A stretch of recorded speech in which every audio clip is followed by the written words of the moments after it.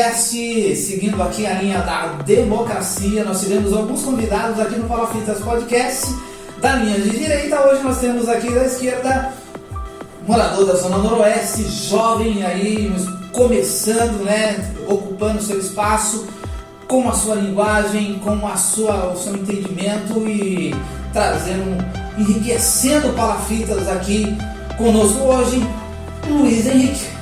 Muito prazer. Seja bem-vindo ao Palafitas Podcast. Muito prazer, muito obrigado, Adalberto. Muito feliz em estar aqui.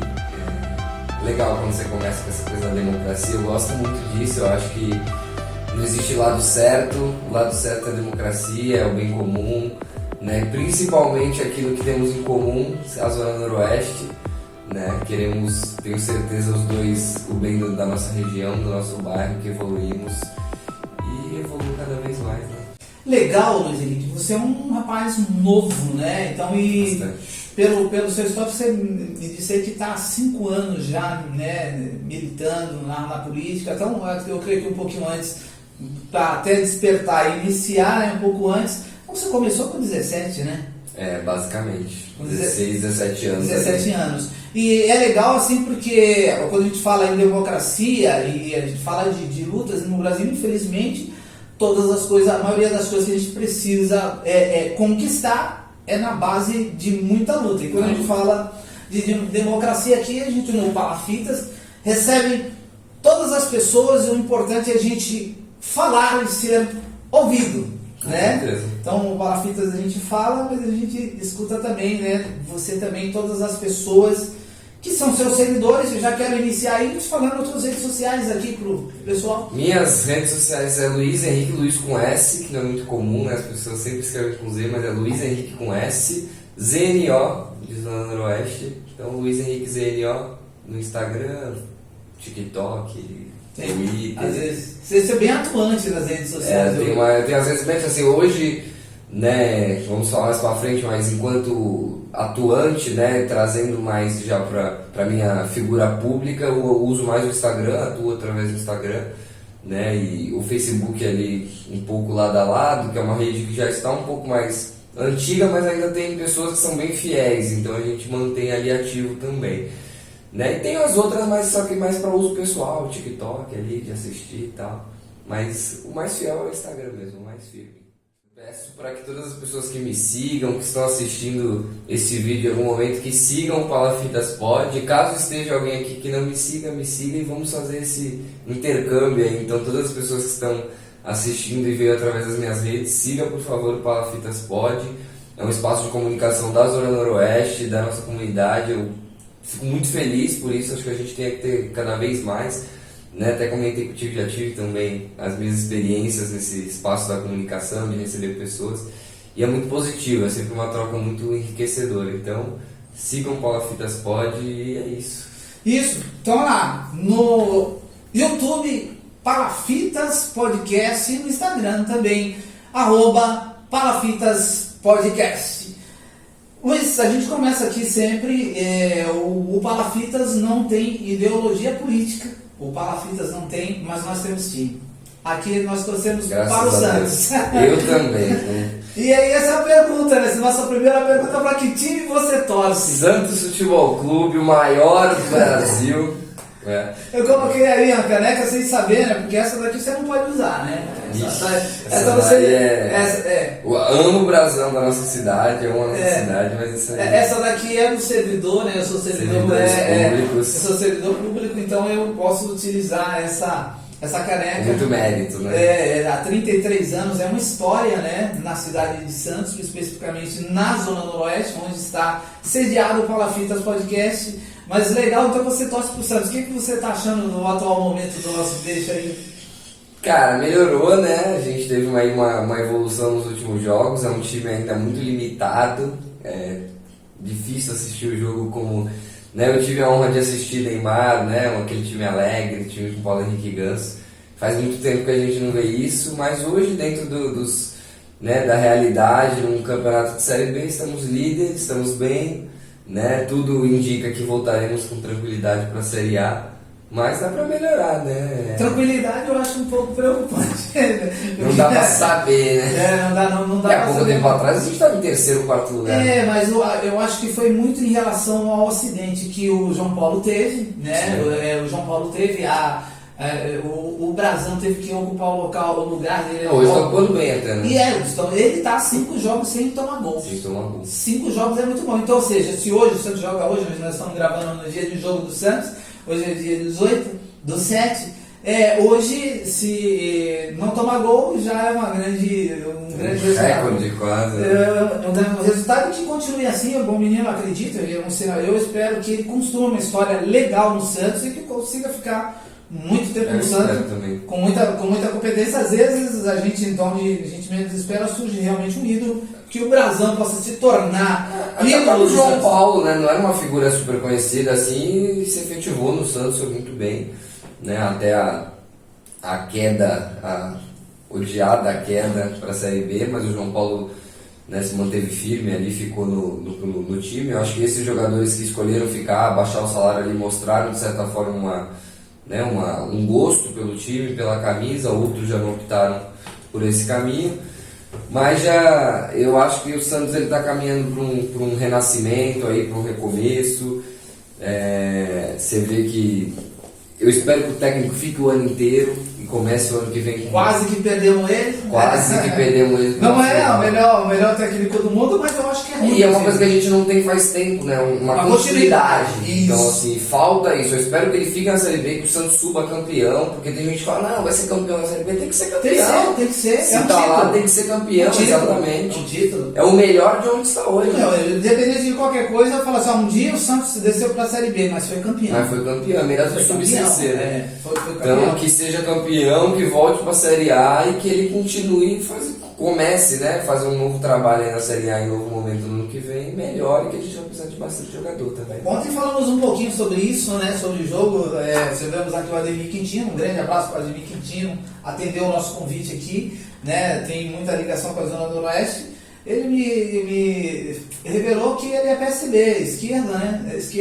Não, centro-esquerda, né? É o centro-esquerda, né? Centro-esquerda. Luiz Henrique, hoje você tem 22 anos. Você está cursando serviço social? Estou cursando serviço social, finalizei agora o terceiro semestre.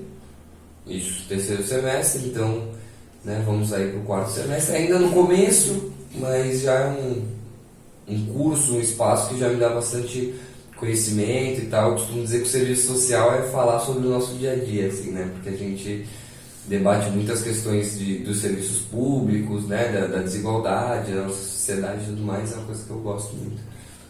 Ser filiado ao PT ou a região onde você mora, o que motivou você a fazer serviço social? Mas do serviço social, cara, o que eu acho que interliga aí na questão do Estado do PT, né? Que é o Partido dos Trabalhadores, e fazer serviço social. É um partido que interliga muito, né? Um partido que interliga muito com as coisas que eu acredito, né?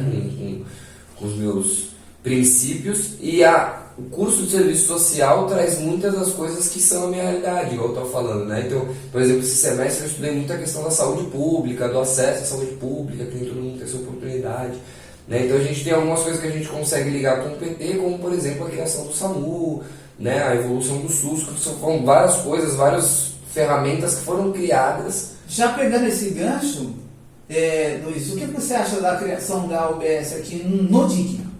Cara, importante. Eu acho que é um instrumento, assim, um equipamento público extremamente importante. A gente precisa ter cada vez mais, porque assim, a gente tem população dentro do DIC, né, da Vila Gil. São 25 mil. 25 mil pessoas da última contagem, que assim, é uma cidade. Sim, né? eu fiz um ranking.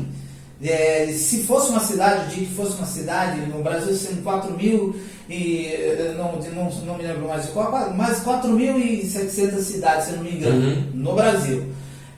O DIC figuraria em torno das 800 maiores. Exatamente, então assim, é muita gente. Você vê aqui que ela estaria ali dentro de uns 20% só 20% da cidade no Brasil tem a quantidade de população que tem no DIC. E o DIC não é uma cidade, é uma rua praticamente. Uma rua, né? Uma não comunidade. Chega a ser um bairro, né? É uma porque comunidade. não tem o endereço ali oficial. Eu acho que endereço em Santos é a primeira dentro de uma comunidade. Sim. Então, é positivo, bem positivo, o que você acha? Cara, eu acho positivo por conta do acesso. A saúde de Santos ela deu uma regredida forte, eu sinto, como usuário mesmo do SUS, né? Das policlínicas, da UPA e tudo mais. Eu acho que a gente deu uma retroagida assim, na qualidade mesmo. A gente teve uma qualidade de saúde já muito alta, referência internacional. E hoje eu já não vejo dessa forma por conta da demora. Você vai na UPA, você tem pelo menos 3 horas de espera. Na policlínica tem muitas esperas para, por exemplo, para conseguir marcar um médico. Exames demoram 5, 6, 7, 8 meses para conseguir, né, serem feitos. E eu acho que qualquer equipamento que venha para somar, para tentar desafogar esse sistema, é importante. Né? O fato de ser no DIC, eu acho que é um local que vai ser muito direcionado para as pessoas que aqui vivem. Sim. E vão ter a facilidade de ter, né, a proximidade, de conseguir a pé, de ter um fácil acesso àquele local. Porque é por endereço, né? Exatamente. Por endereço. E assim, a UBS ali da Umaia, né, que é do Rádio Clube, né, que é onde as pessoas do DIC hoje usam, e todo o restante do Rádio Clube.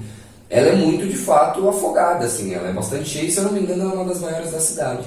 É uma das que mais faz atendimento na cidade. É uma demanda muito alta. É uma acentuada. demanda muito alta, então assim, pode ser que essa inauguração, que essa criação de uma nova UBS dê uma equilibrada nessa questão da demanda e a qualidade melhore também. É o que Outro dia, eu não sei se você viu aí quase que uma rusguinha entre o prefeito de São Vicente e o prefeito de Santos num evento, e aí foi mencionado isso. Eu acho que também, assim, Santos, por ter essa referência, por ser uma cidade melhor estruturada das outras cidades aqui, da ilha de Santos, sim, né? Não falando da ilha, né? A questão que se funde muito, se mistura muito é São Vicente e Santos dentro da ilha. Muito ligado, né? Da ilha ela se divide entre Santos e São Vicente. São Vicente. E às vezes vem clientela de São Vicente para Santos. Bastante. Vem clientela, óbvio, tem pessoas que moram, tem parentes aqui, acabam pegando endereço e acaba aumentando, né? Na UPA, no caso, não precisa de endereço. Não precisa de endereço. Aí as pessoas optam por vir para cá, porque vem mais rápido, fácil e tem um pouco mais. E isso acaba, às vezes, dificultando o custeio, né? De insumos, profissionais, etc. Mas as coisas têm que evoluir, né? E vem muito em cima de uma discussão saudável. Quando a gente fala de discussão aqui, na verdade, realmente aquilo que a população pauta, né? Olha, aqui não está legal, precisa melhorar, aqui não está legal, precisa melhorar, e seguindo. Então a gente tem essa característica aqui, né, de evolução, e aí você, nessa parte social, você olha com mais carinho dentro dessa. Você é morador da Zona Noroeste quanto tempo? 22 anos. Eu nasci no Morro do Ilhéu Alto, né? Meus pais tinham. Cara, tu já nasceu no Morro do Ilhéu Alto? Nasci no Morro do Ilhéu Alto. Nasci na Santa Casa, né? Mas morando lá. Eu digo isso porque é o seguinte, eu tenho 54, vou fazer 55. Não parece ter essa cara de menina. Mas jovem. Cara, eu já brinquei no Morro do Ilhéu Alto. Quando não tinha nada, era só mato. Eu e os meus amigos, a gente subia lá e tinha fundo. É recente os prédios de lá, de 1990 e pouco, né? Mas falar que tu nasceu, já cresceu no Ilhéu Alto, cara, na minha mente aqui, tu vê como é que é a evolução, pessoal, da Zona Noroeste. A Zona Noroeste é um lugar que evolui muito, viu? O genro, ele veio de Bertioga, ele disse, morar aqui na Zona Noroeste é um privilégio. Existe uma qualidade de vida, precisa melhorar. Sim, né? sim. Porque a renda per capita de Santos é uma renda per capita que só cresce.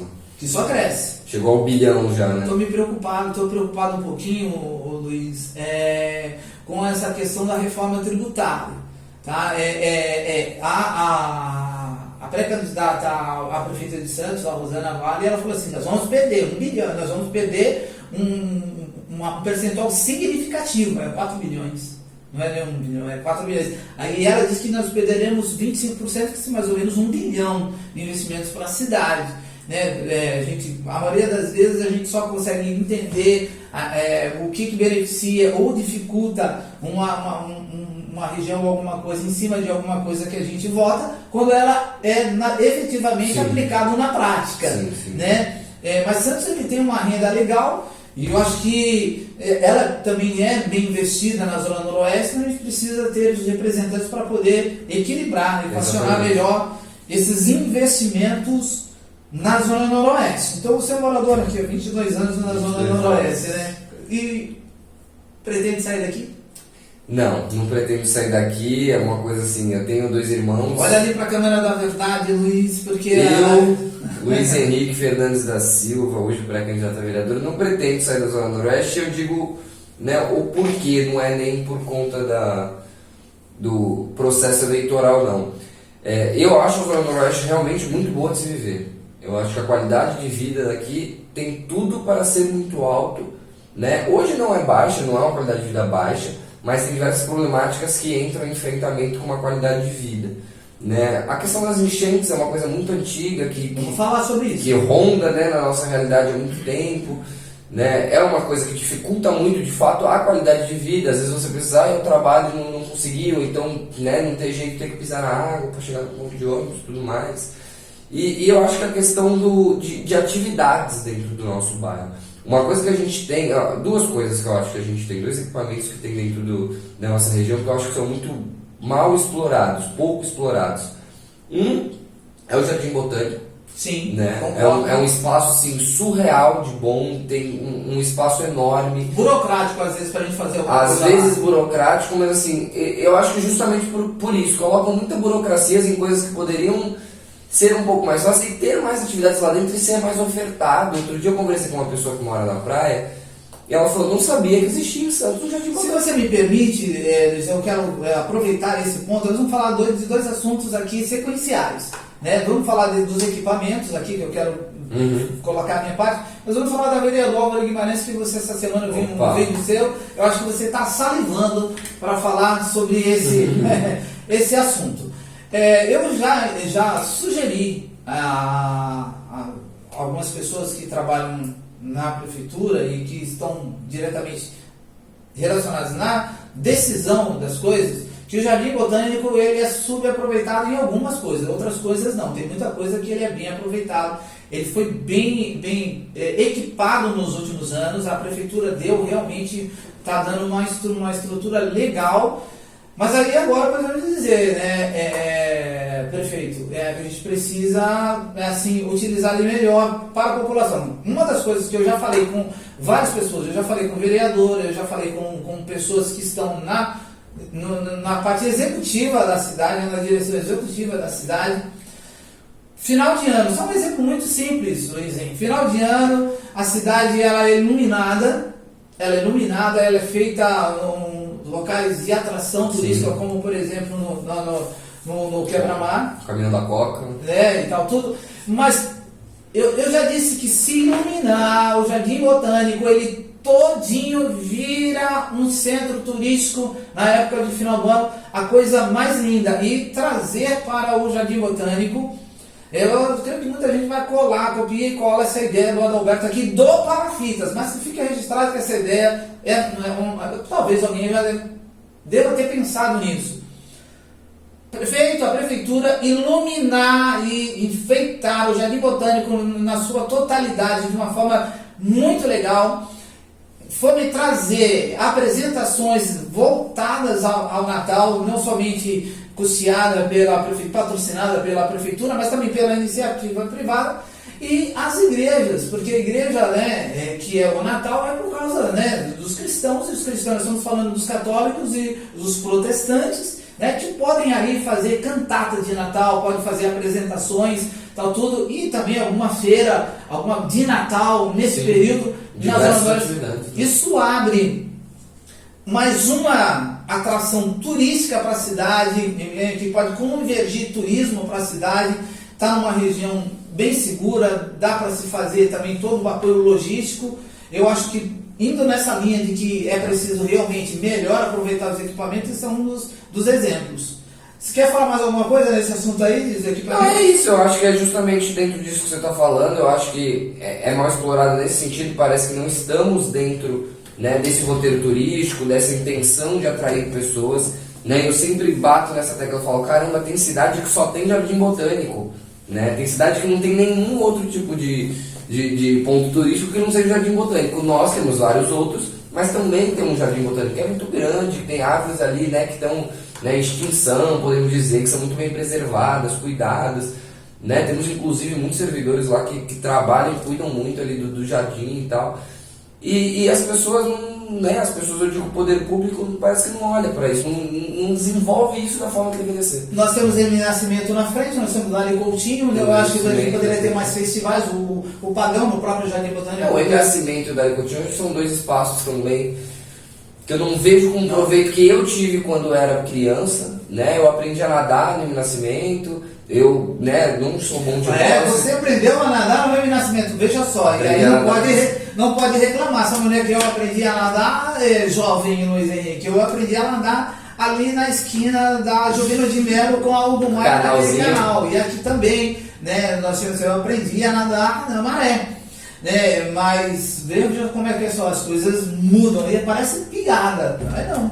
A gente nadou muito nessa e até hoje é realidade, né? Hoje ainda, volta e meia, a gente num calor enorme, a gente vê umas crianças ali, infelizmente, e aí já não tem mais justificativa, porque nós temos as duas piscinas, né, Hermínio Nascimento e Dali Coutinho. Mas eu acho que deveria existir mais campeonatos, né? Eu acho que deveria existir mais atividades.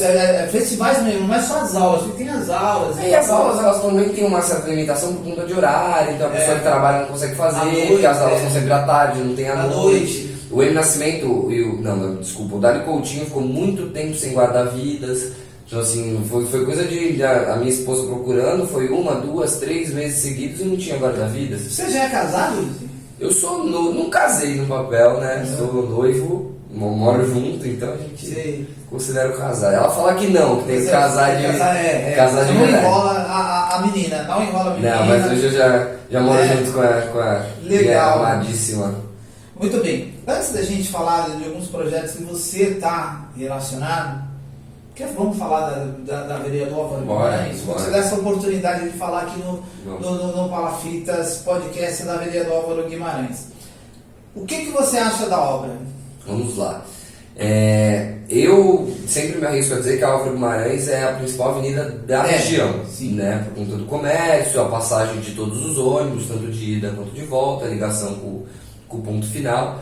E hoje é um lugar que tem um potencial assim, comercial enorme, né? Eu acho que aquele lugar nunca está vazio, porque você vai na Álvaro Guimarães qualquer horário, qualquer dia, sempre tem pessoas andando, frequentando e consumindo, né? Até por conta do próprio mercado CRIO que está lá há muitos anos, as pessoas têm muito costume de estar lá, enfim. Tudo fica antigo, né? Tudo pode melhorar, tudo pode ter uma evolução, uma manutenção. Eu acho que foi nesse sentido que eles decidiram investir na Álvaro Guimarães, por sinal um investimento de mais de 10 milhões de reais, né, em parceria município e Estado. O Estado entrou também com verba para investir na avenida. E tudo bem, né? Eu acho que a obra é super bem-vinda. Enquanto ela estava acontecendo, já havia algumas reclamações da população em geral por conta da demora, por conta da forma que era conduzida a obra. Eles fechavam muitas vias ao mesmo tempo, então a pessoa às vezes acabava ficando sem opção. Né, eu tenho um amigo que é cadeirante, ele falava, cara, enquanto está tendo a obra não tem opção de ir no mercado. Assim, eu entendo que a obra é um preço, né? É um preço que se paga. Exatamente, ainda você... Não tem como dirimir todos os problemas. Dá para você entender ainda, porque toda obra, tudo para chegar no resultado precisa passar pela obra, né? Piora muito antes de melhorar toda a obra. Exatamente. Isso com propriedade. Mas mesmo assim havia muita já reclamação. E aí chegou o ponto, a reclamação principal para mim, né, que eu estou batendo muito nessa tecla agora, que é a questão da retirada de alguns pontos de ônibus, tanto do sentido ida quanto do sentido volta. Né? Do sentido ida, eles antigamente já tinham um em frente à pizzaria de esquina da Hugo Maia e tinha um de frente à farmácia que fica ao lado contrário do CRIO, isso no sentido centro. E o do Barros, que sempre existiu, normal. Eles retiraram primeiro essa da pizzaria, já alguns anos atrás, antes da obra, tudo bem, ficou só o do CRIO, era realmente muito perto um do outro. E aí agora, durante a obra, por conta da instalação da ciclovia, decidiram também tirar de frente da farmácia, que fica em frente ao CRIO. Era um ponto de ônibus muito utilizado, extremamente utilizado, e assim, todos os horários. Você ia lá, peguei ônibus lá a minha vida inteira, desde o momento que eu comecei a fazer campus, com 16 anos, né, até o último momento que eu trabalhei, que foi até esse ano, eu frequentava aquele ponto de ônibus, ele sempre estava muito cheio, era um ponto que as pessoas iam era utilizado. E o ponto do Barros também não estava vazio, então tinha público em um ponto e também tinha público no outro. eles decidiram tirar e aí isso já foi um dos principais pontos assim, a ser reclamado. Começou esse burburinho. Mas tudo bem, seguimos. Eu ainda cheguei a abrir um requerimento na Câmara, questionar, não houve resposta. A gente seguiu questionando através das redes sociais, fazendo vídeo e tudo mais. Quando foi finalizando, né, chegando ao fim da obra, com a ciclovia já pintada, vimos que realmente o ponto seria retirado, né, e as pessoas ficaram ainda mais revoltadas e mais estressadas.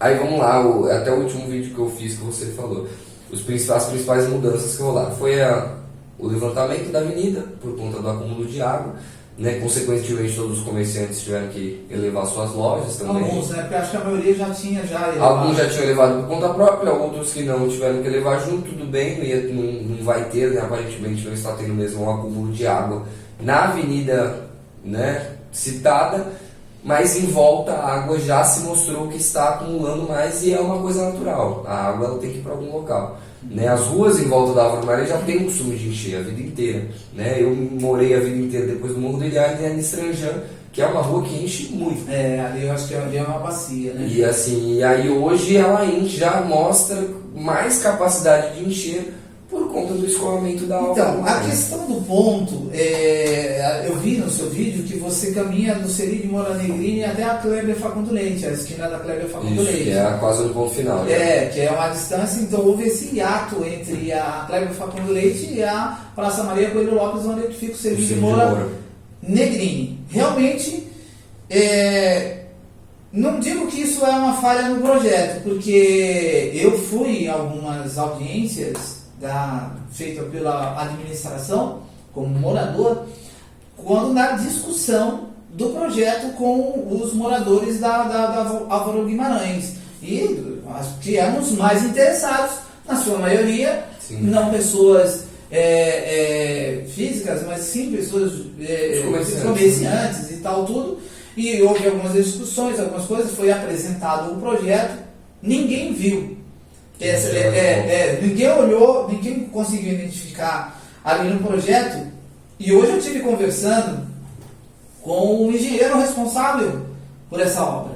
E eu conversei assim, da prefeitura, e eu fiz algumas indagações para ele assim, mas foi falha no projeto? Eu falei assim, não foi, Adalberto. Hoje a ciclovia, ou você tem a ciclovia, ou você tem um ponto. Porque você não pode colocar um ponto na ciclovia no meio. No Barros eles fizeram ele né, do lado contrário do Barros, né, no Barros, no Celi, né, na calçada do Celi de Moro Colégio, fizeram a ciclovia recuada para manter o ponto. Isso. Eu acho que eles tinham essa mesma opção no CRIO, talvez não desse por conta do comércio, que não é um muro. E aí o projeto ele é submetido à CET, e a CET faz uma adição na questão toda aquela parte da sinalização viária que pode. E dos pontos. Todo mundo seguiu. E seguiu a execução e tal, tudo. Óbvio que às vezes você vai construir um projeto grande, no final você fala, poxa, eu esqueci uma tomada aqui. Óbvio que um ponto para a Zona Noroeste não é uma tomada. Né? Não é uma tomada, é algo. Eu fico imaginando que eu sofri um acidente, eu acabo mencionando isso toda a entrevista, porque acaba se relacionando. Em dezembro, em novembro, e eu teve momentos que eu não podia dirigir e tal, tudo precisava usar. Alguém me levava de carro, porque eu tenho um carro, mas teve dias que eu fui para Santa Casa, para o atendimento médico de ônibus. E aí eu tinha uma distância, E quando eu perguntei para o engenheiro e tal, tudo, eu falei assim: olha, uma pessoa saudável, às vezes não note. Dependendo de onde ela desce, a distância que ela vai ir para sua casa ou para o lugar onde o objetivo é ir. Mas uma pessoa de idade, cadeirante, etc., tem uma grande dificuldade. Sim. E a gente percebe que a solução desse problema é um negócio que acho que vai demorar, viu? Embora não é só você que levantou esse questionamento, o prefeito já esteve aqui como ouvidor, né? Apurei bastante isso também.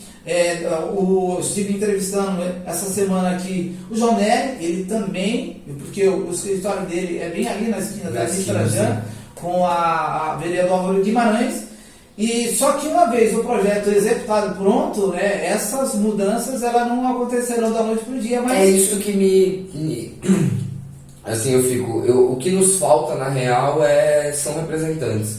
né? Porque eu acho que ninguém viu. Eu acho que a população, antes de você seguir, a população, isso é uma das coisas que eu lhe dou os parabéns, Luiz Henrique, você e as pessoas que a gente tem recebido aqui no Palafitas Podcast, que independente da idade, se posicionam politicamente, independente da sua ideologia política. Sim. Se posiciona e fala assim, olha, a gente tem que brigar por coisas boas, não é só por causa de ideologia política, a gente tem que brigar para a melhoria de qualidade de vida de todos. Né? Eu acho que falta muito, não somente aquelas pessoas que se posicionam politicamente, mas um munícipe que, quando houver realmente audiência pública, as coisas para você, eu falo, olha, vamos discutir isso daqui, esteja presente. Eu coloco um pouco desse peso, desse erro, óbvio que tem a parcela da população também, as pessoas são desinteressadas, mas eu acho que existe o lado do poder público também de não fazer muito questão de que isso chegue nas pessoas. Como você falou, nas audiências que eram sobre a discussão da Álvaro Guimarães, quem estava eram os comerciantes.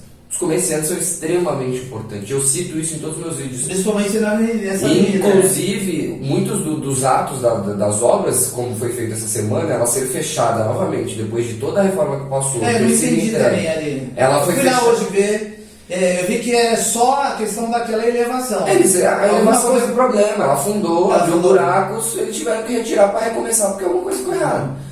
Então, assim, isso também já era problema do comerciante. O comerciante não consegue chegar com o seu carro, às vezes, na porta para descarregar um produto e tal. Isso também já era muito problema para o comerciante.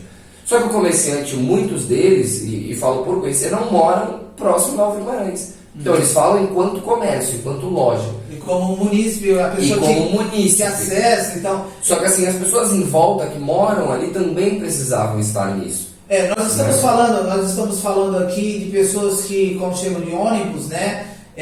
Ou vão de ônibus, elas estão na sua maior clientela na parte que próxima entre a Avenida do Álvaro Guimarães e o DIC e o Dário Coutinho. Sim. E por incrível que pareça, tem pessoas que tem às vezes que desce ali que vai até o Sabaiatuba. Porque tem a redondeza, pega uma redondeza ali, aquela. Às vezes vai fazer alguma coisa ali, e dali depois ele vai a pé. Do Dali Capela, ali, Dali Coutinho, os prédios, a própria Estranjão que vai até quase Jovino de Melo. Tem os ônibus que vai na Haroldo de Camargo, mas tem pessoas que falam assim, vai fazer alguma coisa que desce ali e depois vai para lá. Aí, isso é importante. Mas, tirando esse problema, que é um problema sério, que precisa ser discutido, e eu tenho certeza que eu acho que a administração pública municipal está tentando ver alguma forma de resolver. Eu encontrei o prefeito, indaguei ele diretamente, resolver. Falou que a gente percebeu e tal, nos trouxeram, mas agora é muito difícil, porque o projeto já foi sancionado pelo Estado dessa forma, então eles deram a verba para ser executado dessa forma. Falo, perfeito, mas não tem nada que foi feito que não possa ser mudado. Mas eu acho que vai ser aí onde o que vai dar importância a essa solicitação é todos os lados se concordarem na sua voz. Sim. Aí a gente vê que a esquerda e a direita estão concordando em um ponto de que é necessário fazer. A política municipal ela faz muito isso, ela faz a direita e a esquerda concordar em várias coisas. Convergir em algumas coisas. Mas na sua opinião, a vereadora Álvaro Guimarães ficou legal? Cara, eu acho que assim, na minha opinião, olhando de fora, ficou bonita. Ela ficou com um design bonito, trouxe um design, um visual parecido muito com a Tolentino, no Gonzaga, com a Tolentino Filgueiras, ok. Mas você analisando todo o cenário, se debruçando, eu, pelo menos dentro da minha visão, não consigo ver pontos positivos. Por quê? Como eu falei, mais de 10 milhões investidos para a instalação de uma ciclovia que não tem utilidade, porque é uma ciclovia que começa ali na esquina da pizzaria, que é já o meio da vereadora... Não, desculpa. Começa na Jerônimo Latessa. Jerônimo Latessa. E termina lá no Celi de Moura. Falar sobre Jerônimo. Termina lá no Celi de Moura. Para fazer integração com a... Só que dali ela não vai para lugar nenhum. Ela ainda tenta pegar alguma coisa quando ela tenta pegar aquela que está na lá... Afonso Schmidt. Da Afonso Schmidt, porque ela já começa bem cedo. Ela já começa a Afonso Schmidt já está ali no Dali Coutinho. Só que tem toda uma rua que... Então assim, a ciclovia ela ficou mas é uma somatória. Assim, no meu entendimento, o Santos está tendo essa preocupação. É assim... Eu tenho mais idade, a gente sabe assim, que a gente vai fazendo as melhorias naquilo que você consegue podendo e depois você vai acrescentando e integrando. Eu acho que era necessário esse fundo aqui não tinha uma ligação Sim. com ciclovia. É uma questão de educação, viu, pessoal? É uma questão de educação. A pessoa ser educada para utilizar tanto o pedestre como também o ciclista, para poder fazer valer. Aí eu posso dizer que uma vida vale muito, e se essa ciclovia ela conseguir, né, evitar uma morte sequer em função de um acidente, já pagou o seu preço. Não, e a ciclovia é muito importante, inclusive, para a mobilidade urbana. Em uma cidade que fica vertical, na zona noroeste nem tanto, mas a cidade verticaliza de uma forma assombrosa. Sim. Então, e o aumento de veículo, tanto de moto como de carro. A média de Santos é quase um carro por morador, né? Um carro por pessoa dentro da cidade. Só que assim, muitas pessoas não têm carro. Ou seja, a gente está chegando num patamar de pessoas terem 2, 3 carros. Sim. Então o marido, a esposa, às vezes o aí filho e tal. E aí a cidade vai engasgando, né? A gente vê isso nos horários de picos aí em todas as localidades. Olha, sobre ainda a Avenida Vereador Álvaro Guimarães, eu queria acrescentar aqui que esse projeto ele inclui banco dos dois lados, e também é um projeto de árvore também no longo da sua vez, porque não tem nada ainda. E a questão dos bancos também, por quê? Porque fica esse estica e puxa, que é a questão da opinião particular das pessoas, né? Sim. Opinião particular das pessoas, que é onde entra o confronto. O poder público ele faz o projeto, é um projeto do sonho do arquiteto, do urbanista. Fiz o projeto do sonho, mas o projeto do sonho ele esbarra na realidade. Ele esbarra na realidade. Ainda não foi. Uma das coisas também é a iluminação nos dois lados, né? Que antes só tinha iluminação num lado só. Sim. Agora isso muda muito. Meu neto tem 5 anos e ele falou assim: Vô, sabe como é que o senhor conhece uma cidade quando é rica e tem dinheiro? Aí eu fiquei impressionado, porque eu falei, não sei, filho, como? Pela quantidade de luzes que eles têm na rua. Aí se o senhor vê uma cidade que tem muita luz, é uma cidade que tem dinheiro. Aí eu falei assim, filho, então eu acho que a cidade de Santos está indo bem. E hoje está esbarrando realmente uma dificuldade para a implantação das árvores e dos bancos por causa disso. Uns falam assim, eu não quero, outros falam, eu quero. E o município que quer fazer o melhor para a localidade, fica às vezes complicado e às vezes é obrigado a impor, né? Falando, vai ser assim, né? E não tem como e tal, tudo. Então, a vereadora Álvaro Guimarães ainda, eu acho que vai ter ainda alguns pontos de conflito. Ela vai ter alguns pontos de conflito e assim, isso é compreensível, obviamente que nada vai agradar a todos, ou, né, grande parte, é muito difícil um projeto que seja feito e 98% das pessoas gostaram. Acontece, né? Pode acontecer, mas é muito difícil. Sempre vai ter uma parcela que não concorda. Só que eu acho que ainda falta esse diálogo de ouvir a maioria das pessoas, porque eu moro, como eu falei, eu espero que o Palafitas traga essa abertura de entendimento para a população aqui da região. E é muito que eu tento fazer também através das minhas redes sociais, para além de qualquer coisa. Assim, eu moro ali estrangeiro a vida inteira, meu pai mora na Zona Noroeste a vida inteira, minha mãe, e essas pessoas não estão inseridas nesses lugares. Óbvio que tem a parcela de culpa delas, eu repito que eu já falei isso antes. Essas pessoas não têm realmente o interesse, mas o poder público também não tem interesse de chegar nessas pessoas.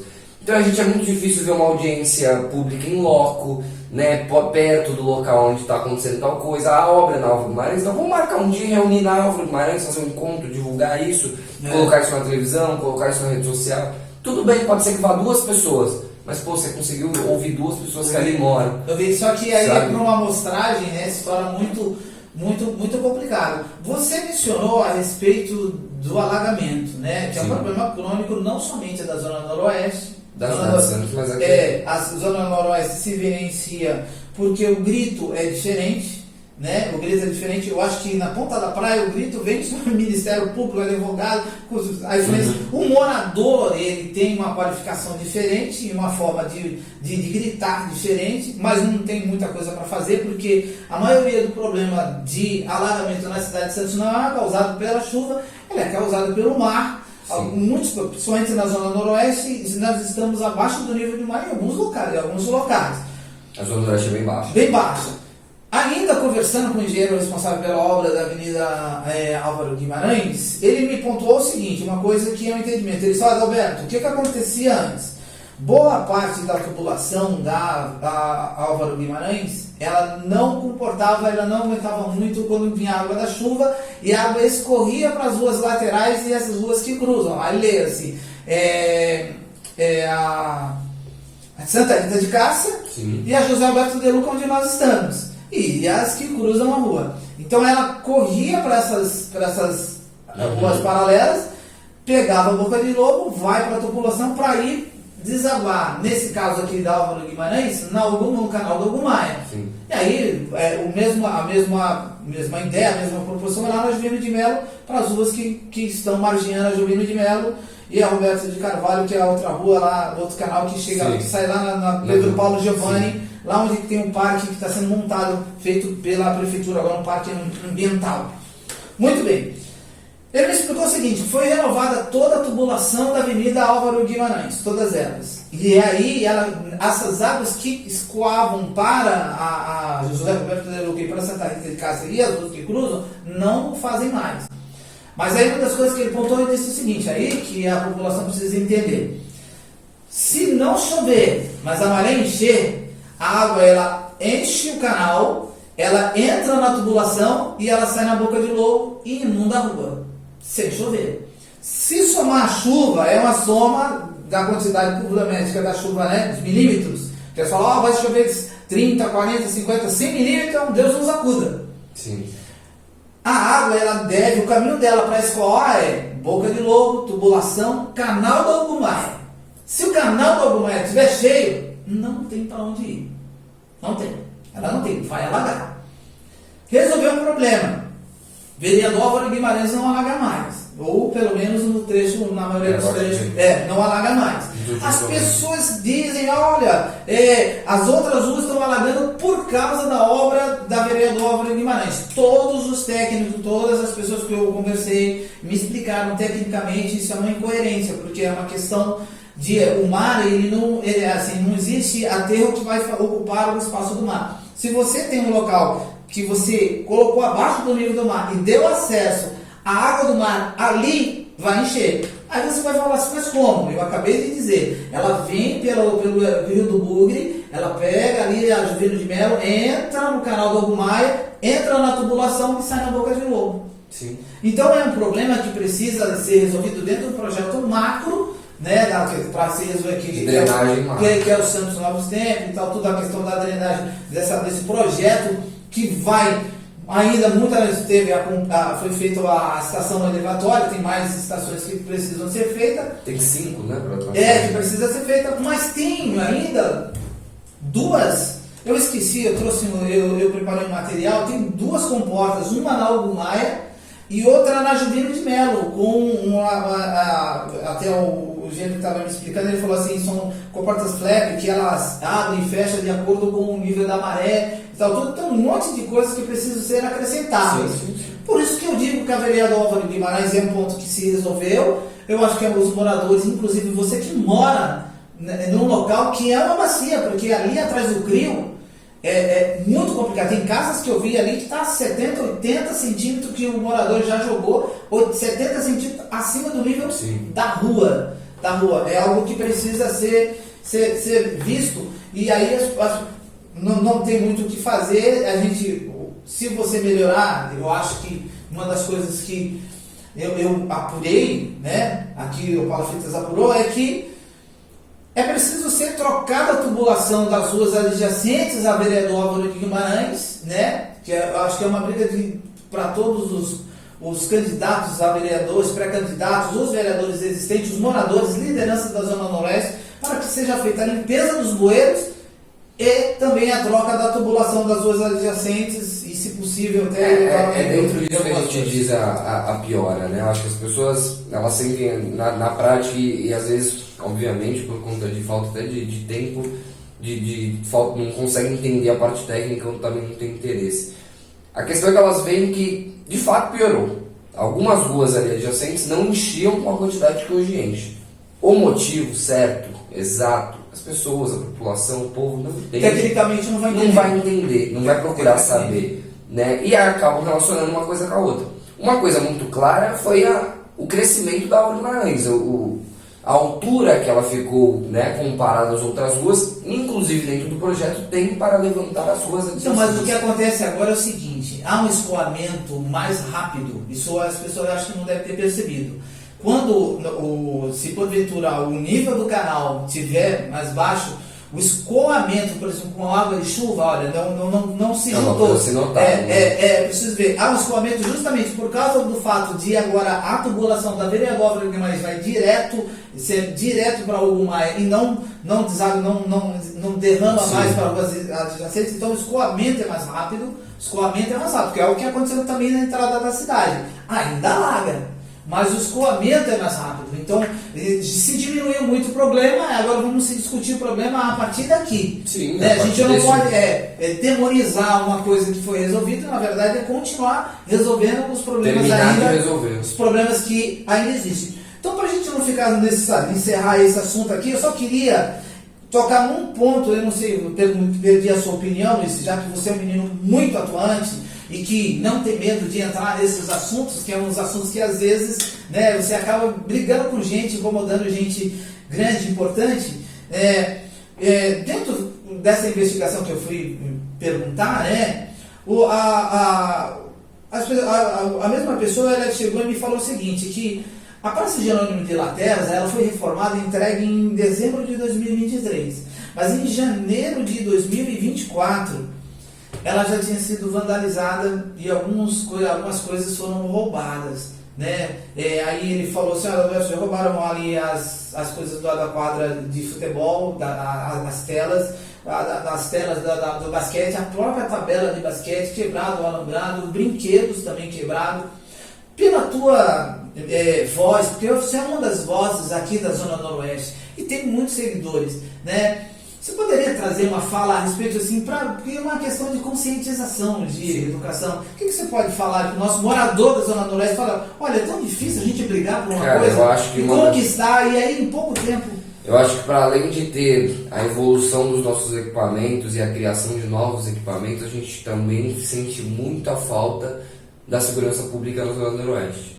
Eu estou tentando, eu quero registrar aqui, eu vou marcar ela aqui, a nova secretária de Segurança Pública, né, de Santos, eu não gravei o nome dela, mas a gente vai colocar aqui. Eu mandei hoje um e-mail, né, para ela. Eu gostaria de recebê-la aqui, secretária, no Palafitas Podcast para falar sobre segurança pública na nossa região. Ok? A gente quer trazer você aí, aceita o nosso convite, nós estamos aqui para... Tomara que ela conheça a nossa região, né? Que ela não era daqui, tomara que ela já tenha tido tempo tudo tem que começar, né? Tomara que ela já tenha tido tempo de estudar o que é ela venha aqui no Palafitas. Tomara que ela venha, eu espero que ela venha. Segue lá teu raciocínio, Luiz. Então, assim, a questão da segurança pública é muito real, principalmente da segurança dos patrimônios, que é por responsabilidade da Guarda Municipal, que hoje tem mudado bastante, inclusive a nível nacional, as funções das guardas municipais, né? Hoje adquirindo armamento, hoje já tendo um trabalho um pouco mais ostensivo, mas o trabalho inicial do porquê ele foi criado e desde quando, né, principalmente se tornou o Guarda Civil Municipal, que foi inclusive na Prefeitura da Telma, era para guardar e cuidar dos patrimônios públicos, né? Então, no Jardim Botânico, as policlínicas, as escolas. E hoje a gente vê muito essa problemática de roubos, furtos de fios, de cabos, de grade, de ferro. E isso é um problema também muito grave, né? Principalmente se a gente pegar na área da saúde e na área da educação. Porque um roubo de fio numa policlínica faz com que no dia seguinte aquela policlínica não tenha atendimento. Um roubo de fio em umas escolas, né, em qualquer escola, faz com que não tenha aula no dia seguinte. Então, uma das coisas que a gente também pede muito, e eu já abordei dentro do meu discurso, das coisas que eu falo e peço, é referente à segurança pública dentro da Zona Noroeste. Nós não temos ronda da GCM, nós temos pouquíssimas rondas da polícia, ronda escolar, né, que é a chamada ronda escolar para proteger as escolas, principalmente dentro de entrada e saída. Então, assim, a gente precisa e pede muito esforço também da área de segurança pública dentro da nossa cidade, que é, na minha visão, totalmente diferente da forma que é feita na praia e da forma que é feita na Zona Noroeste.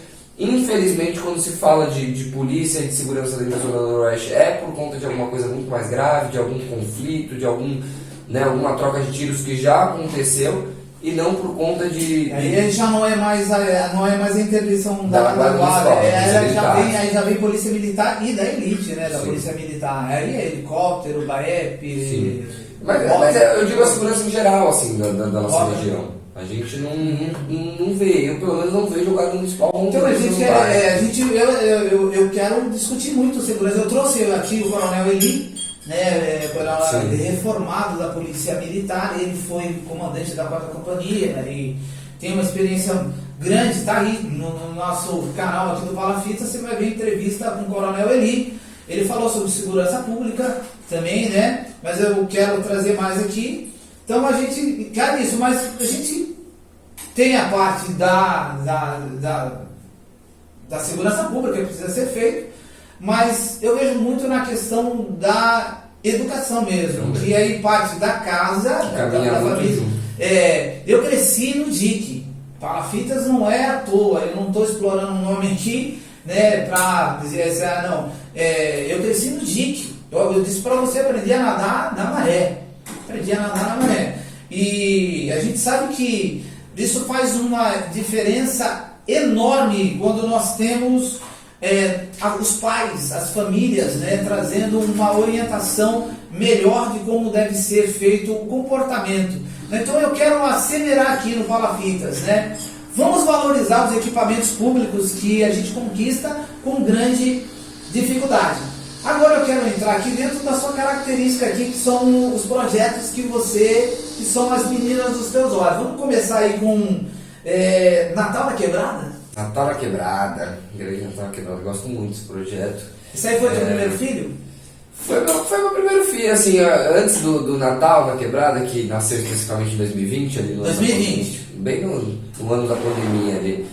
Difícil de realizar, né? Antes eu fazia algumas coisas individuais, assim, algum assistencialismo mais pontual, né, que acontecia em algum momento ali do ano, né, e aí o Natal na Quebrada foi uma coisa pensada pro Natal, obviamente, né, mas de ser uma coisa para além do assistencialismo, foi uma coisa pensada para que acontecesse ali de forma mais fixa e de uma forma que passasse para além do assistencialismo. E aí foi que eu comecei a criar a intenção do Natal, e trazendo muito a questão da magia do Natal, né? A magia que gira em torno do Natal, que é aquele sonho de ver o Papai Noel, aquele brilho de entregar a cartinha e tal, e juntando isso com a realidade das nossas comunidades, que a gente sabe que muitas das nossas crianças não têm condição de pegar um ônibus e ir até o shopping no dia que o Papai Noel vai chegar e fazer, né, e ter a realização de entregar essa carta e pedir o seu presente.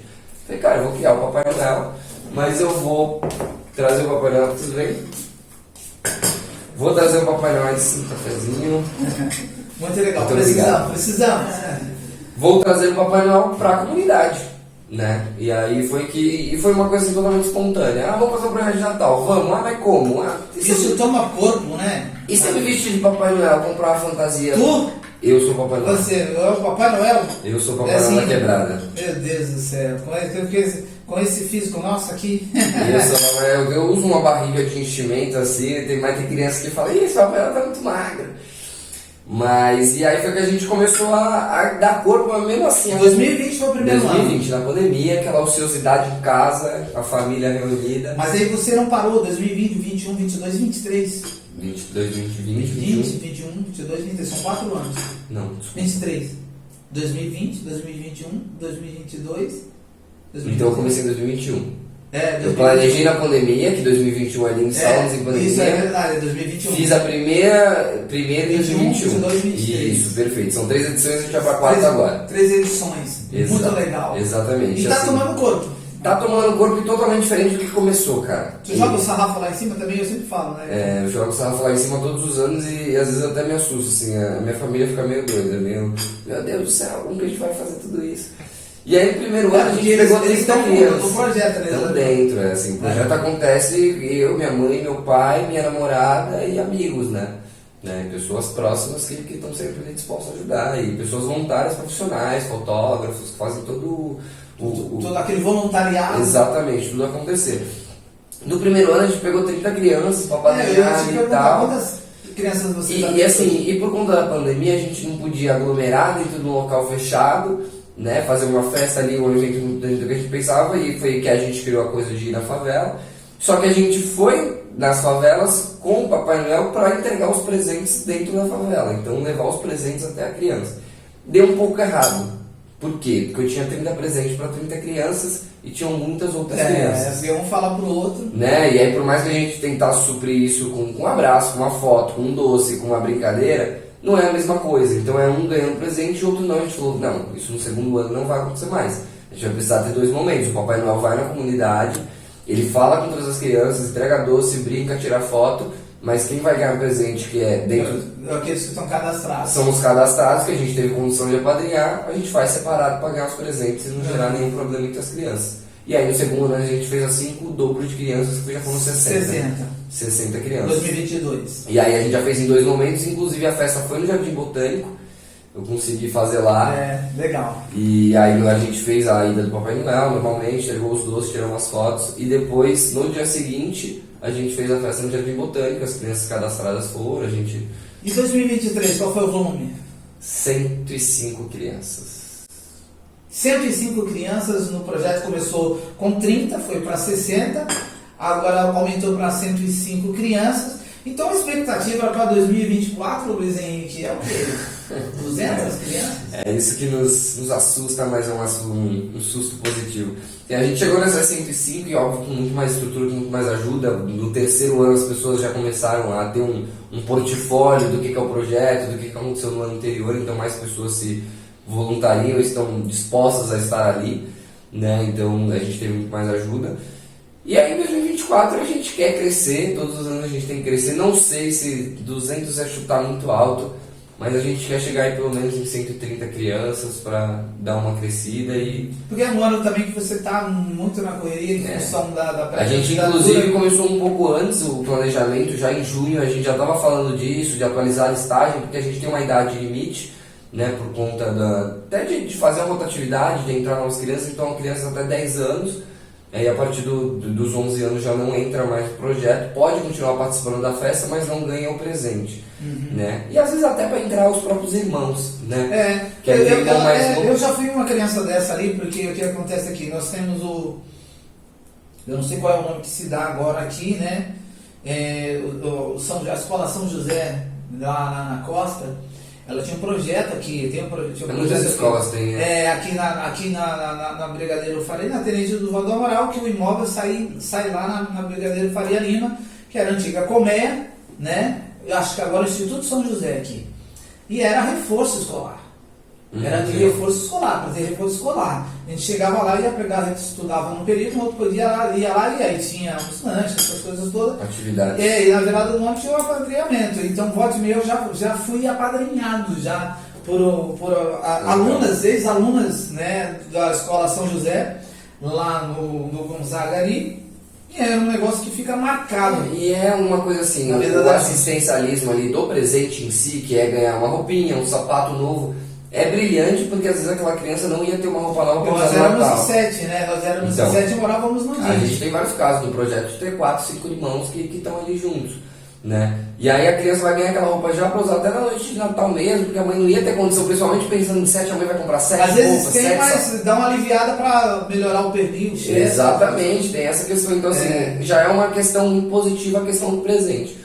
Só que esse ponto principal que pra mim supera a emoção de dar o presente é trazer o Papai Noel pra cá. É ver uma criança olhar pra você e falar assim, o Papai Noel tá na minha casa, sabe? Tipo, a gente já teve casos de entrada dentro de casa, muita criança pega na mão do Papai Noel e fala, não, Papai Noel, entra aqui, vem ver minha casa. E é aquele orgulho, né? E aí a criança fica assim, encantada e tipo, meu Deus, o Papai Noel tá aqui, sabe? Então, aquele orgulho. Então esse projeto aí é A Menina dos Teus Olhos, teu filho mais velho. E você tem um podcast Quebrada Pod, né, na Rádio Zene Litoral? Sim, há um ano fez o Quebrada Pod, um filho novinho. O ano passado eu tive a oportunidade de ser entrevistado no podcast, né, e acho que foi o primeiro que eu participei, inclusive, só que um ano antes, então 2 anos atrás, 2022, né. Fui entrevistado no podcast e tal, gostei da estrutura e aí eu conversando depois... É uma ferramenta importantíssima. E aí depois conversando com a diretora, ela falou, por que você não faz o seu? Você se comunica bem e tal, pode dar certo. Eu falei, Não, pelo amor de Deus, nada a ver, não é pra isso. Enfim, o tempo foi passando, isso voltou em um momento à tona na minha cabeça, assim.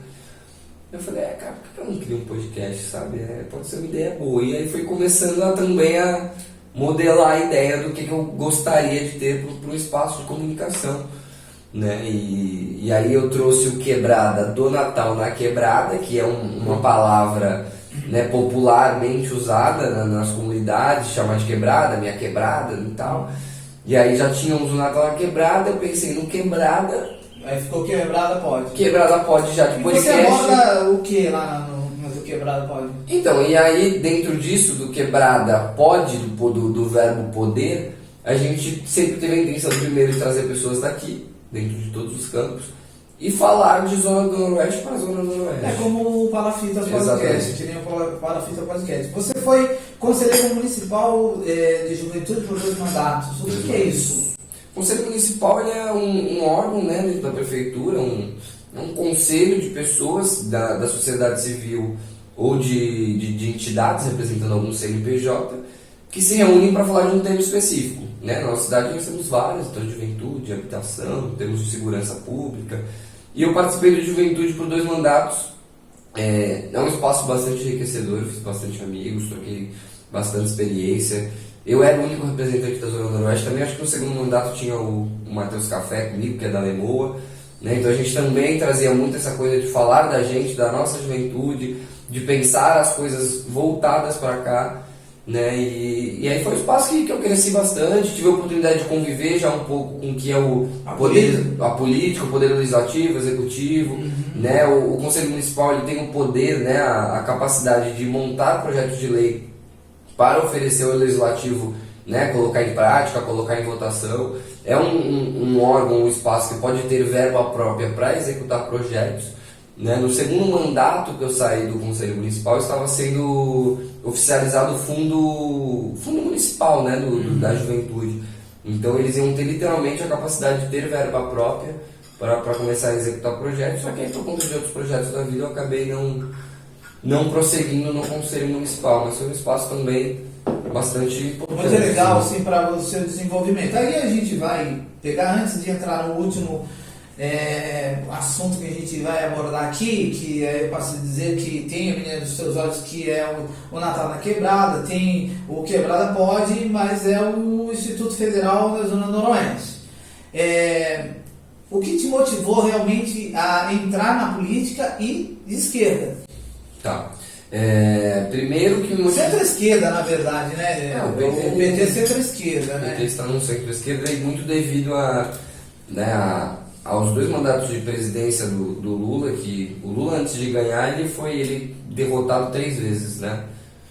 Então ele já tinha tentado algumas outras eleições, dentro de um campo ali talvez mais à esquerda, podemos dizer assim, sim, né? mais No sindicalismo, mais radical, e ele entendeu que ele ia precisar se moldar em alguns pontos, né? Quem hoje pegou essa bandeira mais radical da esquerda? Eu acho que era o PSOL, e eu acho que muito na figura do Boulos, mas hoje é um cara que também já entendeu que não dá. O caminho que precisa fazer para se tornar... Eu acho que assim, você pode abrir mão de princípios. Né? Você não tem que deixar de ser da sua originalidade. Mas você tem que entender o que é o diálogo e a democracia dentro do nosso país. Né? A democracia é muito positiva, mas às vezes ela pode te barrar muito. O que você acha dessa polarização assim, dos dois lados, direita e esquerda? Eu não acho negativo o sentido democrático da coisa, de você ser de direita ou ser de esquerda e nós discutirmos e discordarmos algum assunto. Mas eu acho que a nossa polarização ela virou violência. Né? Não é um embate político. Não é um embate político e muito devido, né, dentro da minha visão, a discursos violentos de pessoas que estavam no poder. Mas isso é inevitável, né? Se a gente for analisar a história da política no mundo, não só da esquerda, especificamente da esquerda, né? A história da esquerda se mescla muito, né? A gente vê que é inevitável, sim, tanto da direita como da esquerda tem muita violência. Sim. Muita violência. É histórico, né? Inclusive agora no ataque ao Trump que teve, o Fantástico no domingo fez uma retrospectiva de presidenciáveis, de pessoas eleitas nos Estados Unidos que já sofreram algum tipo de atentado, e pessoas de esquerda, de direita e tal, que foram mortas ou passaram por tentativa. Então você vê que realmente é uma coisa que nos assombra há muito tempo, né? Só que no Brasil especificamente isso polarizou em 2018, né? Que foi aquele momento ali da queda do PT, podemos dizer, pós-impeachment, a prisão do Lula, o surgimento do Bolsonaro, o Haddad perdeu a eleição e ali foi um momento que polarizou principalmente no segundo turno, né? Porque no primeiro ainda tinha aquelas pessoas que falavam não estou de nenhum dos dois lados, vou escolher um terceiro candidato. Mas você acredita também que, no meu caso, que hoje o acesso à informação, né, a informação e a independência, não é só a questão da independência da informação, porque a história está aí. Quando eu conversei com você particularmente antes, eu perguntei por que você se tornou, se filiou ao PT e segue essa linha de esquerda. Todo mundo tem o seu motivo. Mas se for estudar a história e ver os fatos na história, a gente pode ver que o comunismo, o socialismo, a esquerda no mundo desde a sua origem, ela está deitada num lençol enorme de violência, né? E isso não dá para poder eximir também a direita das suas maneiras ou modus operandi, porque eu acho que prejudica muito, como é que a palavra que nós podemos utilizar, que seria o fanatismo. Em ambos os lados. O fanatismo para ambos os lados. E isso ocorre muito no Estado democrático, infelizmente. Eu acho que a política... No país democrático, onde você tem a liberdade, é onde que essas coisas... Porque eu acho o que a autoritarismo política, esse fanatismo, ele existe dentro da política, né? Dentro da minha visão, não deveria existir com tanta força, porque eu acho que pessoas, qualquer que seja a função dela, ela pode ser admirada, você pode gostar dela. Mas eu acho que o fanatismo, ele te causa problemas, né? Eu acho que qualquer pessoa eleita, ela está ali para ser avaliada e cobrada, independente de você ter votado nela ou não. Aí eu digo que com a facilidade da informação, as pessoas vão pegar a informação, vai conhecer a história, vai acontecer e vai decidir qual é o caminho que quer seguir. Fala assim, olha, o que é melhor para mim, para os meus e para as pessoas que comungam do mesmo pensamento que meu, é essa linha. Ou falar, por isso que quando nós começamos essa entrevista falando de democracia, eu recebi aqui muitas pessoas do centro, já recebi algumas pessoas da direita, e agora estou recebendo você da esquerda. Esse é um espaço democrático. E aí, todo mundo tem os seus motivos de estar hoje, nesse momento da história, porque nós estamos vivendo esse momento da história, estamos fazendo a história, mas a história, ela só é porque ela foi construída lá atrás, alguém começou, né, uma linha começou. E aí, o que motivou também isso foi a Thelma de Souza, é isso?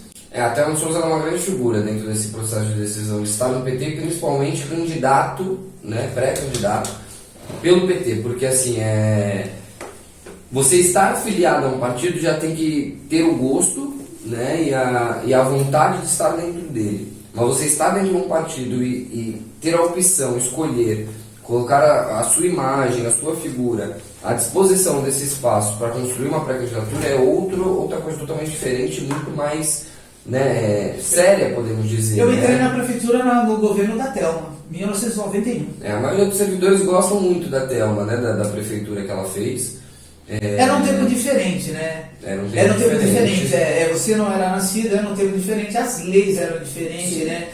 Assim, você poderia fazer a nível de administração pública algumas movimentações que hoje é impensável, não se consegue mais fazer. Então, assim, houve uma inovação, né, na administração pública do Executivo de Santos, e aí para o trabalhador, as pessoas que tinham uma dificuldade de acesso a muitas coisas, inclusive ao serviço público, né, houve realmente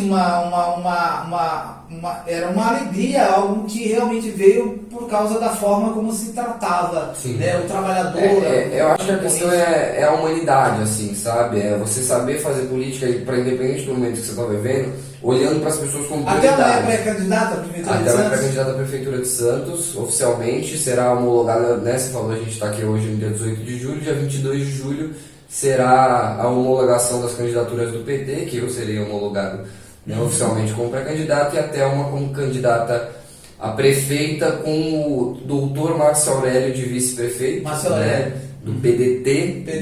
Dentro dessa frente de esquerda que foi criada. Sim. Quem mais está com a Thelma nesse... desse... PDT, PT, PSOL, PCdoB, PV e Rede. E Rede, PSB não. PSB não, PSB está com o governo. Está com o governo. Está com o governo. O governo. E você é convicto e sabe que o teu caminho é esse aí mesmo. Qual é a tua perspectiva? Qual é o teu sonho? Eu sou bastante convicto, assim, eu sonho de ver uma cidade mais justa e menos desigual. Esse é assim, meu principal sonho. Quero aproveitar, tu acha que tem espaço realmente para a juventude ser protagonista na política da cidade? Acredito que sim, já mostramos isso em diversos cenários. Competência, as pessoas não olham pra gente. Eu acho que tem competência, eu acho que não é nem só isso. E aí sai até da questão de esquerda e direita. Né? Hoje, o maior deputado federal do Brasil, o mais votado do Brasil, é um cara jovem que é de extrema direita, que é o Nicolas Ferreira. Né? E ele é um cara jovem. Não, você acha que ele não tem... as ideias dele são muito contraditórias à esquerda? Bastante. Eu sou bastante contrário à postura e aos gostos do Nicolas e a forma que ele faz política, aquela coisa que pra mim é Mas ele não é um cara violento. Pra mim é o que gera violência, porque assim, ele é um cara que cutuca muito e gosta de provocar, principalmente na questão das mulheres, a questão da sexualidade, de gênero, de trans, de não sei o que, de isso então... pode, isso não pode. E algumas cenas até assim, que me causa náusea, né, que eu não sei se você chegou a ver, de conflito dele com Janones dentro da Câmara dos Deputados, é uma coisa muito feia. Mas o livramento dos Janones também naquela coisa, assim, se a gente for entrar nos detalhes, a gente vai ficar até amanhã de manhã. Porque a gente vê que as movimentações e as ações dos políticos, muitas vezes há um corporativismo muito grande em que acaba se passando pano e consegue manter o cara na evidência do Janone, né? Com a ação que ele teve lá com os assessores e tal, tudo. E é um cara que eu não defendo, tá? Eu combato a atitude do Nicolas Ferreira com o Janones naquela cena ali pela provocação, por incitar a violência, mas eu não tenho zero concordância com o Janones. Pra mim ele não é um cara de esquerda, é um cara que se aproximou, né, da campanha. Se aproveitou, né? Se aproveitou, pra mim é exatamente isso. Ele se aproveitou da campanha do Lula, ele surfou na onda, mas ele não tem nada a ver com a esquerda. Eu acho que ele quase morreu politicamente, né? Eu acho vamos ver o que as urnas conseguem fazer com esse tipo de pessoa, e aí eu digo, tanto da direita como da esquerda também, né? A gente pode ver essa característica que algumas pessoas acabam desconsiderando, né? As urnas punem. As urnas dizem. Justificam, né? Fazem justiça. Eu também acredito muito nisso. Eu acho que assim, e as coisas mudam muito rápido, né? A sociedade ela muda muito rápida, né? Nós vemos aí a mudança do Brasil de esquerda para o impeachment, para a direita e voltamos para, né, para uma coisa mais à esquerda. E não sabemos o que vai acontecer em 2026. Não, mas isso não é só o Brasil. Eu acho que você vê os Estados Unidos, você vai falar para mim aí. É que os Estados Unidos nunca foi à esquerda, né? Então, mas aí é que eu estou querendo colocar. Os Estados Unidos nunca foi, mas é um país que tem uma defesa muito grande da direita, né? Do liberalismo, da democracia, a democracia que envolve os dois lados e tal, tudo, que sempre teve do tradicionalismo, né? Do tradicionalismo, patriotismo e tal, tudo, e fica infelizmente, a gente pode até, acho que a esquerda, né, combate muito isso, né, que é a questão do imperialismo americano e tal, tudo. Mas o Brasil é uma cópia muito grande dos Estados Unidos na questão política. Assim, as linhas. Eu acho que os Estados Unidos, por conta da questão econômica, da influência econômica no mundo, ele dita muito os andares do mundo, né? Infelizmente. Inclusive a onda de direita que trouxe o Bolsonaro também à nossa presidência começou com a outra eleição do Trump. Né? E isso foi no mundo inteiro. Então foi o Boris Johnson em Londres, foram várias outras figuras que foram sendo eleitas e chegando ao poder de direita numa onda que foi iniciada pelo Trump. E hoje está uma oscilação que as pessoas estão experimentando, que é um importante aqui, que nessa conversa legal que nós estamos tendo aqui com o Luiz Henrique, né? O Palafitas é muito didático, né? A gente acaba trazendo os assuntos que se tornam muito didáticos, porque a gente tem essa compreensão, né, de que a oscilação no mundo direita e esquerda, ela vai, como qualquer outro assunto, ela vai muito em cima da experimentação. A experimentação.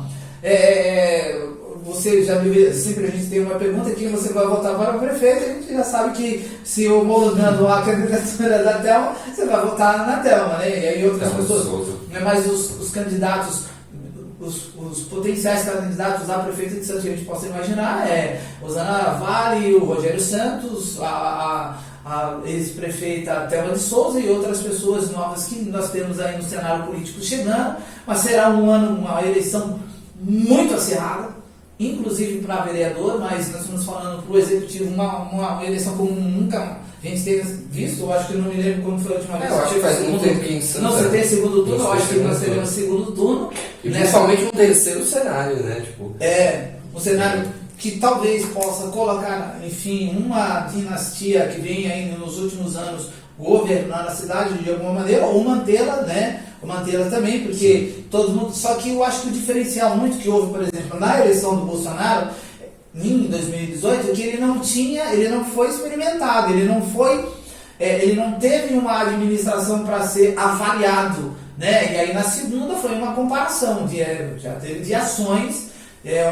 O que eu vejo muito de diferente, nós temos a deputada federal com alguém que já é prefeito, que tem ação aí que é experimentado. Assim também é direita e esquerda no mundo, né? Alguns países acabam falando, vamos experimentar aqui a esquerda, o socialismo, o comunismo, nós vamos experimentar agora aqui a direita. Tem países que não vai abrir nunca para a esquerda. Vamos ler-se Polônia, né? Passar rapidinho para a gente entrar na questão do Instituto Federal Nacional, só para usar como uma amostragem no mundo. A Polônia, lá em 1939, no início da Segunda Guerra Mundial, falando numa linguagem técnica aí, recebeu um ADP, né? Ela foi subjugada e invadida por duas frentes. Por uma frente pelos alemães e outra frente pela União Soviética. Passou a Segunda Guerra Mundial sofrendo, principalmente no gueto de Varsóvia e todas aquelas coisas, né? Toda a questão judaica, tal, etc e tal, foi avançando, acabou a guerra, a Polônia ficou nos domínios da União Soviética. Boa parte dela da União Soviética, que foi até 1989, se eu não me engano, sob o domínio socialista. E eles não querem ouvir falar de socialismo mais nunca na Polônia, né? Mas tudo é uma questão de experimentação. O Brasil é muito diferente. Muito diferente. O brasileiro não engole qualquer coisa. Eu acho que é muito por conta de uma despolitização que tem no Brasil, né? A galera, e eu vejo isso em cenários assim, por exemplo, de, sei lá, vamos pegar a última eleição agora de 2022, pessoas que iam votar no Bolsonaro, mas ao mesmo tempo votavam para deputado uma pessoa do PT.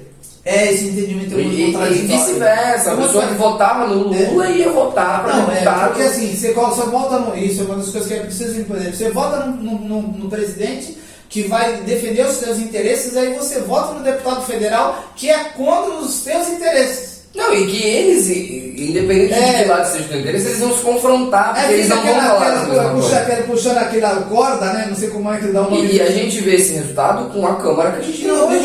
A Câmara hoje é a maioria do PL e o presidente é do PT. Isso entra em conflito em diversos momentos. Muitas coisas ficam travadas, não avançam. E aí isso vem muito, né, da questão democrática, que o cara, enquanto presidente do Brasil, ele precisa dialogar, independente de qual seja o deputado, de qual seja o partido que esteja ali, né? Para que o país avance, para que o país não pare. E a gente vê coisas sendo avançadas como a reforma, né, tributária que você citou em algum momento. Eu vou falar, se eu sou sincero, hein? Eu estou temerário com essa reforma tributária. Né? Porque eu fiquei feliz.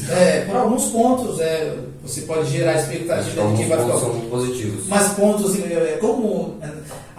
como a gente falou da vereadora Álvaro Guimarães, que foi submetida à apreciação pública, as pessoas não conseguem entender até que na hora que seja implantado ela, né? E aí onde nós vamos ver. Na prática. A prática. E aí nós vamos ver o que é. E quem estuda para fazer a lei e coloca ela, depois vai ver que, olha, esse lado aqui vai ver antes de perceber. Conhecimento técnico, né? Sim. Conhecimento técnico. Vamos falar agora do teu tema principal, que é o Instituto Federal da Zona Noroeste. Vamos dar mais uma quebradinha aqui, avisando, falando mais alguma coisa das nossas redes sociais, assim, para seguir. Pessoal, nós estamos aqui nesse papo muito legal com o Luiz Henrique aqui, pré-candidato pelo PT, jovem, 22 anos, morador da Zona Noroeste. A gente está aqui nos embates, né? Falando as coisas aqui, às vezes algumas perguntas meio sabor pimenta mexicana, né? Que dá aquele incômodo, mas é um jovem bem articulado, acima de tudo defendendo os interesses aqui da nossa querida Zona Noroeste. Siga as nossas redes sociais, @Palafitas Podcast no YouTube e no Instagram, e também as redes sociais do meu amigo Luiz Henrique ZNO, né? Procure Luiz Henrique Zona Noroeste que você vai me encontrar. Estamos aí nas redes sociais falando da nossa querida sempre Zona Noroeste. Luiz, ponto principal que tem chamado a atenção bastante, que é o Instituto Federal na Zona Noroeste. Me explica aí o porquê dessa bandeira, em que ponto está, qual é a sua expectativa, quais os caminhos, para a gente ir para a parte final da nossa. O Instituto Federal foi anunciado dia 3 de fevereiro, né, no aniversário do Porto de Santos. O presidente da República veio aqui no aniversário do Porto e anunciou, né, que a Baixada Santista teriam 2 novos institutos, né, novos porque já temos o de Cubatão atualmente, né, e agora teremos 2 novos, que é o de Santos e de São Vicente. A partir do momento que foi feito esse anúncio, né, obviamente que muita felicidade inicialmente, independente, né, de vir para a cidade, de estar aqui, esse importante equipamento. O Instituto Federal ele é um equipamento de educação que ele traz o ensino médio, ele traz o ensino técnico, ele traz o ensino superior, né? Então o jovem ele tem ali a condição de entrar no primeiro ano do ensino médio, durante estar fazendo o ensino médio começar o ensino técnico, e quando encerrar já começar o ensino superior dentro daquele mesmo espaço. A partir desse anúncio que o Instituto Federal viria para Santos, a gente, né, eu e as pessoas que estão comigo, que constroem junto comigo, foram pensando por que não ser na Zona Noroeste.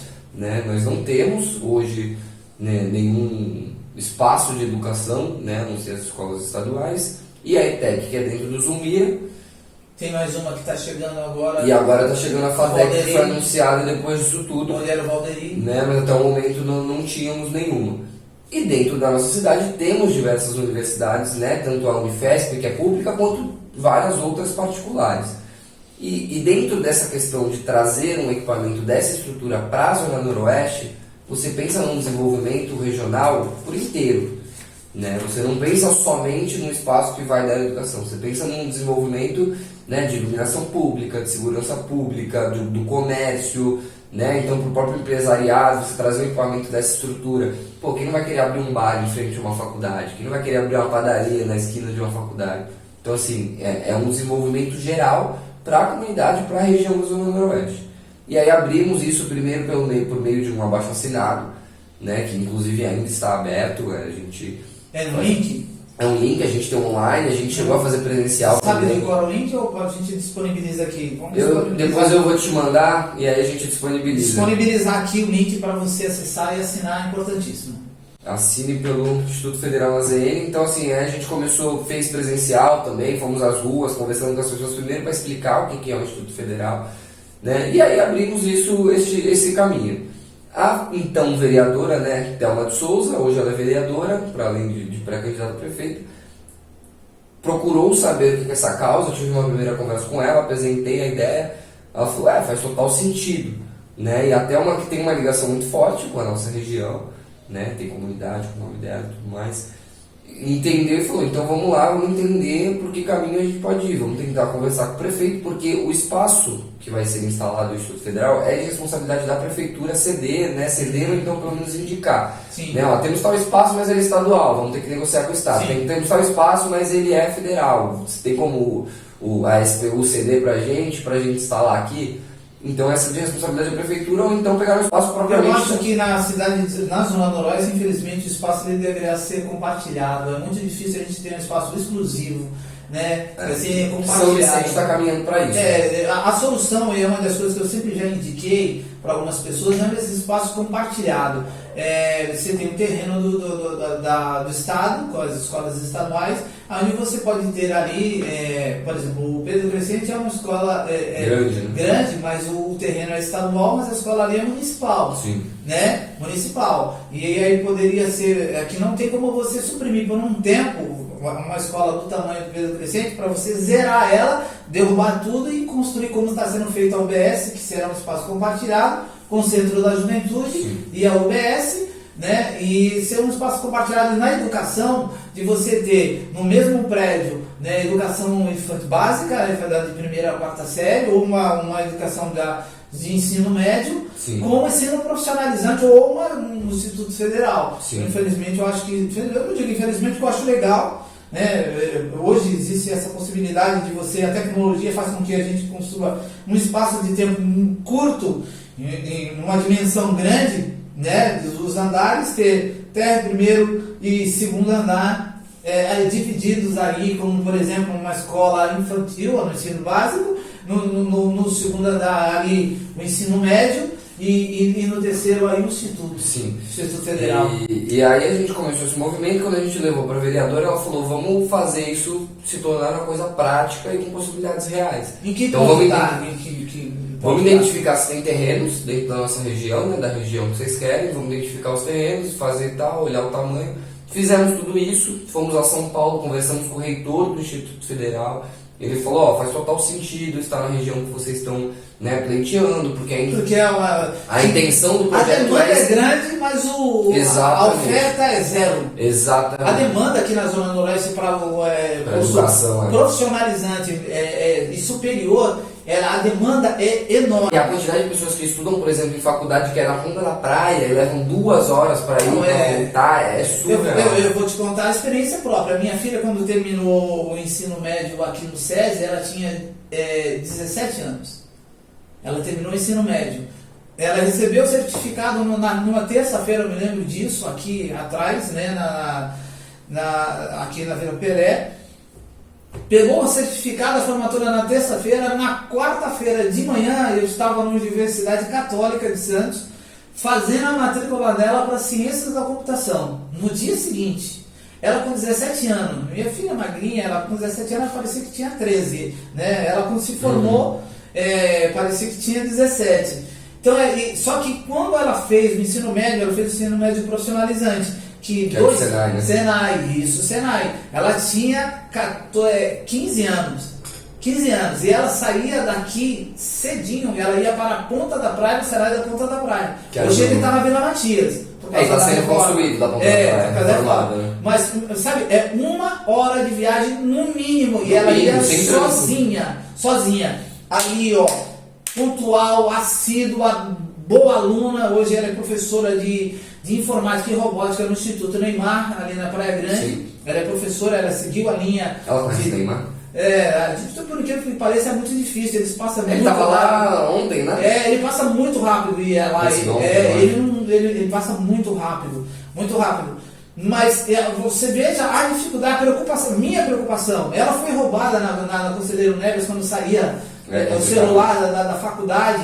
Então, eu gostaria que meus netos tivessem a oportunidade de fazer um curso aqui na Zona Noroeste sem ter aquela necessidade de você se preocupar. E aí a gente levou para o reitor, ele falou que a intenção principalmente do Instituto Federal é estar próximo de locais mais periféricos, de que a população tenha a renda mais baixa.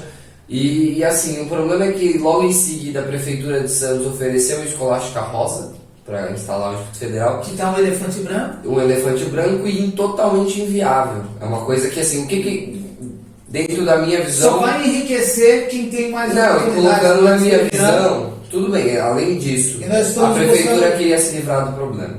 Ó, o governo federal, pega aqui, pega essa bomba. Mas de qualquer forma, só ia beneficiar uma área. E assim, o Escolástica Rosa não pode ser demolido. Porque é patrimônio histórico. É um patrimônio histórico tombado, não pode ser demolido. O Escolástica Rosa, para passar por manutenção, é totalmente delicado, porque você não pode... É uma restauração. É uma restauração que vai levar não sei quanto tempo. Então, você não entra com o trator lá e derruba tudo. É extremamente inviável o Instituto Federal ficar lá. Eu acho que a Prefeitura percebeu isso e depois se aquietou e até hoje não falou mais de um novo local. E aí, seguindo nossa vida, dentro de abaixo-assinado, conversando, diálogos, tudo mais, eu tive a oportunidade de ir para Brasília, né? Nessa ida para Brasília, eu tive uma reunião com o ministro de Relações Institucionais, Alexandre Padilha, né, que é o ministro ali responsável por fazer toda a articulação entre a presidência da República com a Câmara, com os senadores e tudo mais. Conversei com ele também sobre o Instituto Federal, né, levei para ele e falou, Luiz, isso já chegou, né, no governo federal, até através da conversa com o reitor, tá, até uma pessoa muito histórica do PT, então ela tem uma certa relevância, né. E assim, nós temos essa disposição, nós temos essa vontade de atender o que vocês estão pedindo. Primeira coisa, precisa ter um local compatível com o que a gente busca, que tem, existe. Onde seria? Então, a gente ofereceu um sambódromo, que é particular, só que ele não tem utilidade, um dos terrenos ali na Manuel Ferramenta Júnior. Está sendo obrigado para o hospital, né? Aquele pleiteado pelo Isso, que hospital. agora está sendo pleiteado para o hospital, mas antes não havia ainda essa E possibilidade. ainda hoje é não se sabe se é verdade, se não é por causa de carnaval, se não vai ser, se vai ser, enfim. Mas era neste terreno. Temos um ali, está sendo construído Prainha 2 ali, um novo conjunto habitacional, ali perto da pista nova, né? Sim, Saindo da sim. Zona Noroeste. Ali Ainda tem um espaço ali, tem um né, espaço também. lateral que não vai ter, né? Até o momento não tem nada previsto. E poderia ser. Também ofertamos. Tinha um perto da divisa Santos São Vicente, mas ali para... Não vou saber o endereço desse terceiro.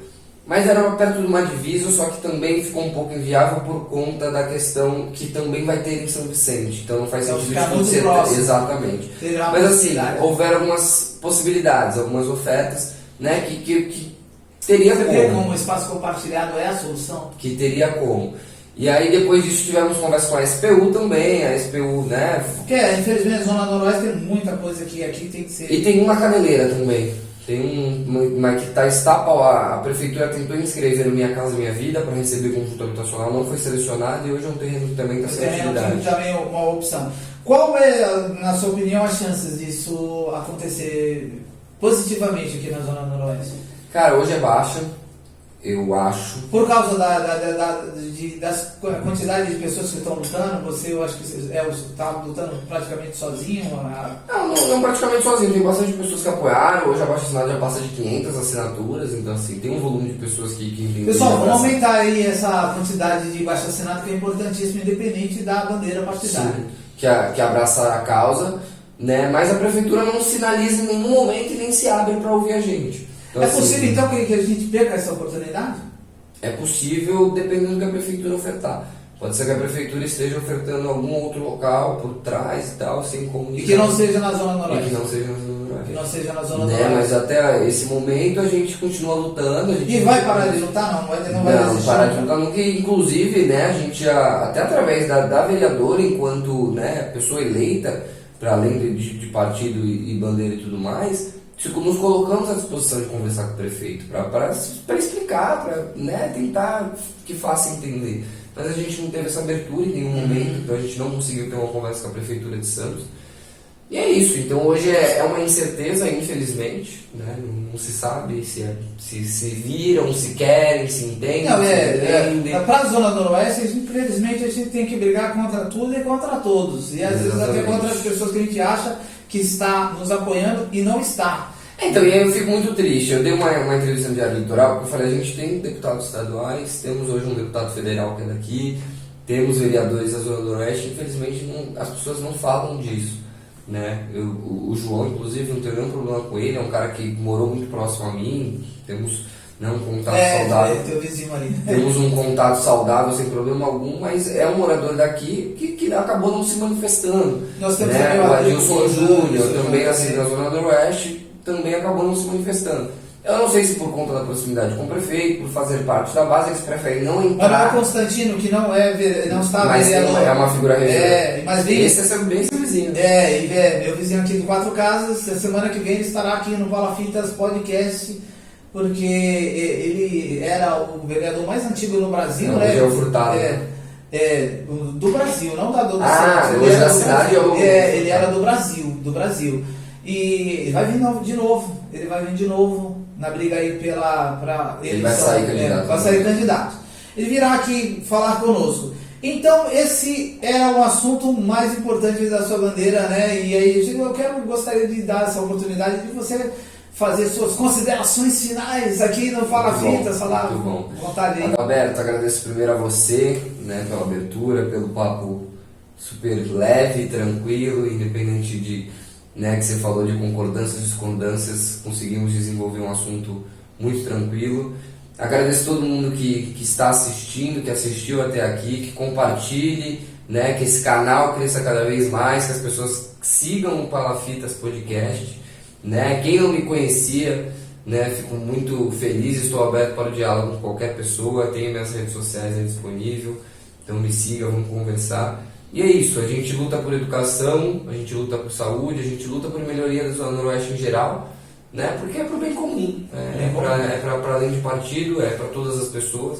Né? Não é porque eu sou de esquerda que eu quero educação só para quem é de esquerda, eu quero educação para todas as pessoas. Porque a gente estava conversando, você falou muito sobre a questão de educação, cultura, esporte. A cultura é uma coisa que eu carrego muito também, porque assim, a cultura ela tá infiltrada dentro da comunidade de um jeito surreal, de talentos que tem dentro das comunidades, das periferias, que cantam, que dançam, que tem um talento. A gente tem o Instituto Atnudic aqui que revela muito isso, né? Já revelou vários talentos de pessoas que hoje inclusive moram na Europa.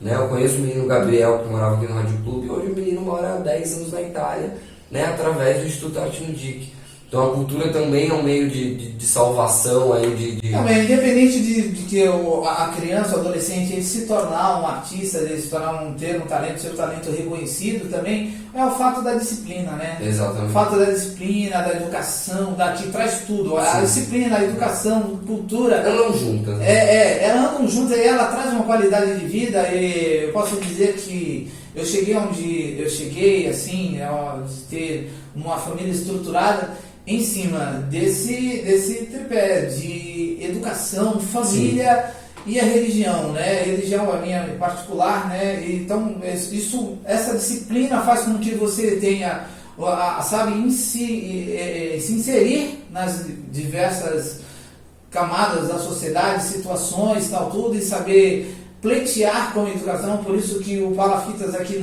ele traz, ele respeita muito e deixa todo mundo bem à vontade para que você possa falar exatamente, né, e ouvir, a gente trocar essa ideia sempre positiva. E aí a gente gostaria de trazer esse exemplo à juventude, adolescente, as pessoas que seguem o Palafitas, que vivem aqui na Zona Noroeste.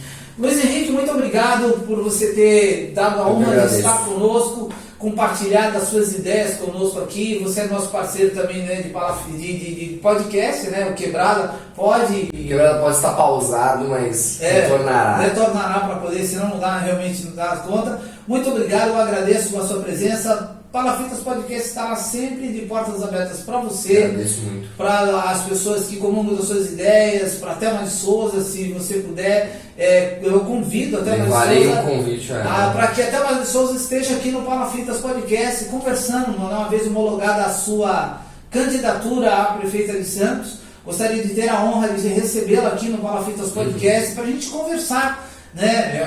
Com certeza tem muita história, né, na Zona Noroeste. Não existe Vila Thelma sem Thelma aqui. Exatamente. E a Vila Thelma é aqui na área do DIC, na Zona Noroeste. Então fica o convite para a nossa querida Thelma. Então Palafitas Podcast está de portas abertas para você, né, e para as pessoas que seguem a mesma linha da esquerda, do PT. Então aqui a gente precisa dialogar, tá certo? Muito obrigado, muita honra, sucesso aí. Muito obrigado. Quando homologada a sua e outra. Eu volto eleito. A gente sempre encerra aqui, agora nós vamos encerrar de fato. A gente sempre encerra aqui fazendo sempre um combinado, uma proposta aqui, aqueles que são pré-candidatos. Uma vez eleito, voltar aqui depois de um ano de governo, né, de legislatura, para fazer o Sabatina Palafitas Podcast. O Sabatina e não é sozinho não, eu não fico sozinho na bancada não. Vai ter dois convidados. Roda Viva. Roda Viva, por isso que é o Sabatina, né? E tem que ser depois de pelo menos um ano de mandato. Aquecido motor. Vamos perguntar para que você veio, né? As perguntas sempre estilo pimenta mexicana. Então, você se compromete? Estou comprometido. Volto depois de eleito. Câmara da Verdade aí. Volto depois de eleito, caso assim seja da vontade do povo, e passarei pela sabatina do Palafitas Podcast. Valeu, muito obrigado. Grande abraço. Gente, abraço. Valeu.